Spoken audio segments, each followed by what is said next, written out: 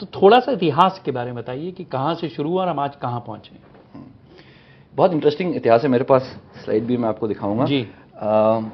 Actually AI की बातें बहुत पुरानी हैं जी। Even if you go 2300 years back, Aristotle ने भी एक टर्म कॉइन किया था, ऑटोमेटा या ऑटोमाटा, कि एक ऑटोमेटिक ह्यूमन लाइक चीज होगी जो बहुत सारा आपका छोटे छोटे काम करेगी।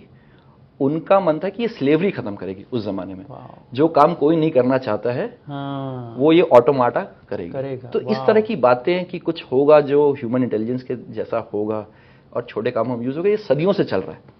बट एआई का जो टर्म कॉइन हुआ, ऑफिशियली रिकग्नाइज हुआ, वो 1950-1940 के आसपास हुआ। यूएस में कॉलेज है डार्टमाउथ, वहां पे कॉन्फ्रेंस हुई, वहां पे इस टर्म को कॉइन किया गया। उसी के जस्ट पहले जब वर्ल्ड वॉर चल रहा था तो एलन ट्यूरिंग जो प्रोफेसर साइंटिस्ट थे, उन्होंने ट्यूरिंग टेस्ट बनाया जिसमें कि पूछा गया कि अगर आपको दो चीजें दिखाई जाएं तो आप बता सकते हो कि कौन सा इंसान ने बनाया है, कौन सा कंप्यूटर ने बनाया है। ये एक उनका टेस्ट था टू आइडेंटिफाई, और ये बहुत सालों तक चला कि लोग बता पाते थे कि ये कंप्यूटर का आउटपुट है। उन्होंने कहा कि अगर आप नहीं बता सकते then it has pass the Turing test. अच्छा। आज जो आप कविता लिखते हो या कोई लेटर लिखते हो, इट्स हार्ड टू टेल, तो most of the AI now has pass the Turing test. 40s-50s के बाद एक फेज आया जब जिसको बोलते हैं एआई विंटर। जब शुरू में हल्ला था पर कुछ मेजर इतना ब्रेक थ्रू नहीं हुआ। फिर एक दौर आया 80s का, 2-3 बड़े बड़े रेवोल्यूशन यहाँ पे हुआ है। एक साइंटिस्ट है यान लेकून, ये अभी फेसबुक के एआई हेड है। इन्होंने कॉन्वोल्यूशनल न्यूरल नेटवर्क्स के बारे में बात की।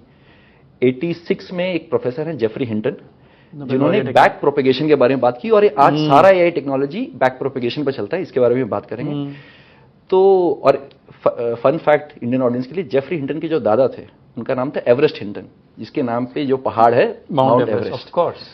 तो उनका बहुत ही ब्रिटिशर है, बट आई थिंक कनाडा में प्रोफेसर हैं। गूगल के साथ भी काफी साल थे, अब इन्होंने छोड़ दिया। तो ये 80s में हुआ। फिर एक बूम आया कि कुछ करते हैं, पर 80s से 90s में कुछ नहीं हुआ। 90s में only remarkable thing that happened was Garry Kasparov versus Deep Blue वाला एक मैच हुआ था चेस का, कि क्या मशीन हमारे जीनियस को चेस में हरा सकता है।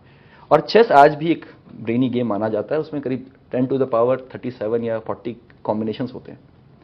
बट वो उसको एआई नहीं माना गया, और उसका रीजन ये था कि पहले 1-2 चाल के बाद deep blue brute force computing कर रहा था कि मैं सारे कैलकुलेशंस कर लूं कि सारे चाल कौन से होंगे, जितनी मूव होगी कर लूं, उसमें जो बेस्ट मूव होगा मैं चलूंगा। तो इंटेलिजेंस नहीं लगाया, सिर्फ ब्रूट फोर्स लगाया। क्योंकि ब्रूट फोर्स से तो आप कैलकुलेटर को भी बोल सकते हो इंटेलिजेंट है, पर कैलकुलेटर को भी एआई नहीं माना गया।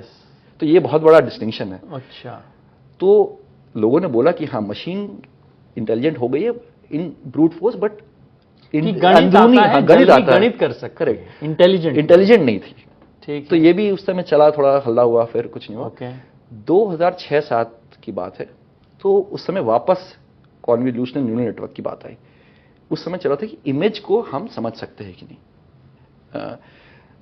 उस समय बहुत डेटा भी नहीं होता था, इमेजेस बहुत थे नहीं, इमेजेस थे वो टैग नहीं थे।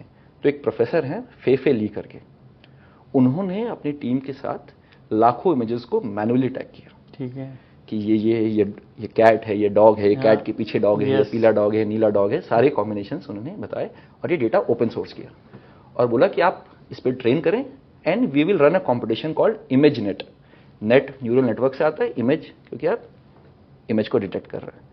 तो ये कॉम्पिटिशन ये हर साल रन करती थी, तो उसमें मेजर करते थे कि कितना एरर रेट है कंपेयर टू अदर्स। तो ये 25% पे काफी साल तक चलता रहा कि 25% एरर रेट आता है इमेज डिटेक्शन पे। इसी के पैरेलल, इसी टाइम के अराउंड, वही प्रोफेसर जेफरी हिंटन जो बैक प्रोपेगेशन पे काम कर रहे थे, ये और इनके 2 स्टूडेंट, इलिया सुचकेवर जो बाद में जाके ओपन एआई के फाउंडर बने, फिर छोड़ भी दिया, और एलेक्स एक और स्टूडेंट थे जिनके नाम पे इनका जो मॉडल था एलेक्स नेट बहुत पॉपुलर हुआ। तो 2012 के कंपटीशन में इन्होंने जीपीयूज को यूज किया, अपने नए मॉडल्स बनाए डीप लर्निंग के, और इन्होंने एक्यूरेसी को 25% से 15%, करीब 12 या 15% पे ले आए। इन computer terms this is huge. जो 1% का चल रहा था गेम, वो 10% रिडक्शन आ गया। जिसको बोलते हैं big bang moment of AI. ये 2012 की बात है। 2 साल 3 साल पहले तक ये बुरी हालत थी डीप लर्निंग की कि लोग पेपर नहीं छापना चाहते थे, बड़े बड़े जर्नल फ्रॉम इवन बड़े बड़े साइंटिस्ट से। तो जेफरी हिंटन के एक वीडियो में बोलते कि 2009 में मुझे मना कर देते पेपर मत छापो डीप लर्निंग का, कौन यूज करेगा। अच्छा। 2010 में डीप माइंड शुरू हुआ था, तब भी लोग इतना बिलीव नहीं करते थे। तो एक तो इतिहास है और एक ये बहुत रिसेंट चीजें हैं जो आप डेवलपमेंट देख रहे हो। तो ये एक बड़ा बिग बैंग मोमेंट आया। इसके बाद इनके बहुत सारे स्टूडेंट्स बड़ी बड़ी कंपनियों में गए। ये 2006 में भी गए थे, फिर और गए। कंपनियों ने इनको कंप्यूट पावर दिया, लोगों ने बहुत इस पर रिसर्च किया।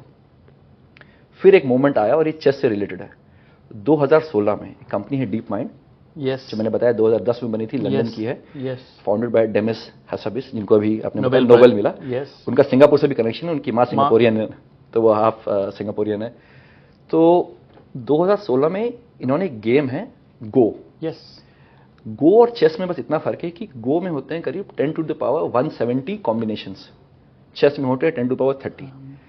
तो ये था कि आप ब्रूट फोर्स कंप्यूटिंग से तो गो में कभी नहीं जीत सकते, और गो में थोड़ा इंट्यूशन चाहिए।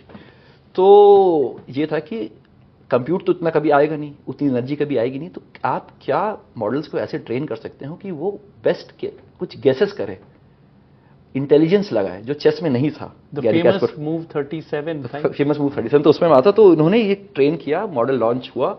दे were able to beat Lee Sedol, who was the champion that time in Korea. बहुत फेमस डॉक्यूमेंट्री है। मैं बोलूंगा अगर आपको एआई में थोड़ा भी इंटरेस्ट है तो वो डॉक्यूमेंट्री देखें और दोबारा देखें अगर आपने बहुत साल पहले देखी है। और उसमें 5 गेम था, आई थिंक 3-1 या 4-1 से, आई थिंक 4-1 से डीप माइंड बीट ली सेडॉल। उसमें जो आप जो बात बता रहे हैं, उसमें एक मूव आया था। तो बैकएंड में अगर आप वीडियो देखोगे, उसमें वो लोग देख रहे थे प्रोबेबिलिटीज ऑफ बेस्ट मूव क्या है, सारा मैट्रिक्स आप देख रहे हो। और एक मूव उसमें, मूव नंबर 37 है, जो डीप माइंड चलता है अपने से, और it is a magical move, और सारे मैट्रिक्स टाइम कर जाते हैं। और सब बौखला गए थे, सब बौखला गए कि ये गलती हो गई, ये तो क्या, ये कंप्यूटर ने इतनी बड़ी गलती, छोटी गलती भी नहीं। क्योंकि गो में क्या ना, ग्रिड होता है, उसमें आप व्हाइट और काली गोलियों से खेलते हो, तो जनरली आपकी पोजिशनिंग होती है सेंटर में खेलते हो, आप एकदम पीछे। ये वही बात हो गया कि ये चेस में अगर आपने पहली मूव में अपनी रानी मार दी, कि भाई ये क्या कर दिया, पर थोड़ी देर में ये समझ में आया कि ये तो मास्टर मूव है। ये मूव उसने खुद से सोचा, प्ले किया, और वो जो 2-3 स्टेप ने जब प्ले आउट किया, तो it is considered one of the most beautiful moves in history of Go, और एआई के लिए भी। तो वो एक अलग ब्रेक थ्रू मोमेंट था। इसी वक्त 2016 के अगले साल एक पेपर छपता है, इसका नाम था attention is all you need. इसमें एक आर्किटेक्चर बताते हैं, जैसे मैंने CNN की बात की, और मैं बताऊंगा इसमें बहुत कैसे ये इवॉल्व होता है। ट्रांसफॉर्मर मॉडल, तो जो आप GPT आज बहुत पॉपुलर है, गूगल ने भी उस समय BERT बर्ट लॉन्च किया, तो उसमें T जो होता है, वो ट्रांसफॉर्मर मॉडल की बात होती है। और आज जो आप सारा रेवोल्यूशन मोटा मोटी देख रहे हो, वो इस 2017 के पेपर पे बेस्ड है, जो गूगल में छपा था, because people could use it. तो ये I would say the second big bang moment of its time था। ये 5 साल के अंदर होता है। उस समय लोगों को इसका पोटेंशियल पूरा नहीं पता था, मतलब पता था, पर इतना पोटेंशियल जो आज आप देख रहे हो, ये उस समय ऑब्वियस नहीं था। उसके बाद OpenAI भी यूज करता है, अपना GPT-1 लॉन्च करता है, ये बहुत लोगों को नहीं पता है। आपने जो 2022 में GPT यूज किया था, वो था 3.5। 2018-19 में GPT-1 आता है, गूगल भी अपने मॉडल्स लॉन्च करता है, 2 आता है 20 में, फिर 3 आता है। इसमें धीरे धीरे इंप्रूवमेंट्स हो रहा था। ये चीज जो उस समय, आज जिसको हम बोलते हैं स्केलिंग लॉ, ये किसी को ऑब्वियस नहीं थी।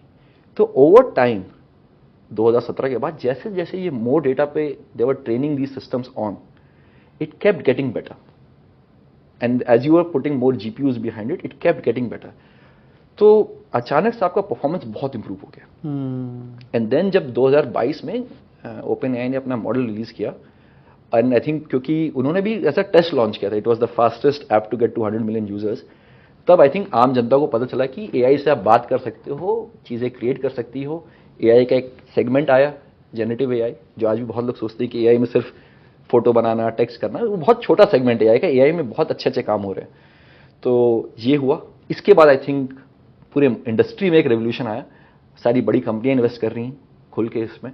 अब जेमिनाई आ गया है, जेमिनाई के वर्जन्स आ गए हैं, GPT के वर्जन्स आ गए हैं, क्लॉड है, आपके पास बड़े बड़े टूल्स आ गए हैं। तो हर तरफ AI इज देयर। लामा है मेटा का, मेटा ने कल ही कोई इंटरव्यू बोला कि 1 बिलियन यूजर्स उनके वो यूज कर रहे हैं। गूगल ने भी इतना ही कुछ नंबर कोट किया है।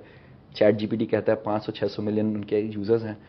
तो मोटा मोटी आप देखोगे कि within 2 years this technology is now very everywhere, people are still learning, and people are adopting and लोग सोच रहे कैसे यूज़ करें। तो बहुत पुरानी कहानी है, बीच बीच में विंटर्स आए, तो अभी लोग पूछते हैं कि क्या ये अगेन अगले 5-10 साल एक विंटर आएगा। नोबडी नोस, क्या पता ट्रांसफॉर्मर के बाद कोई नया मॉडल आएगा which will break through and create new things. तो बहुत इंटरेस्टिंग टाइम चल रहा है, बट बिकॉज अब पैसा इसमें आ रहा है, रिसर्च आ रहा है, स्टूडेंट्स का भी इंटरेस्ट है, तो I think the speed has picked up now where AI is what you see now.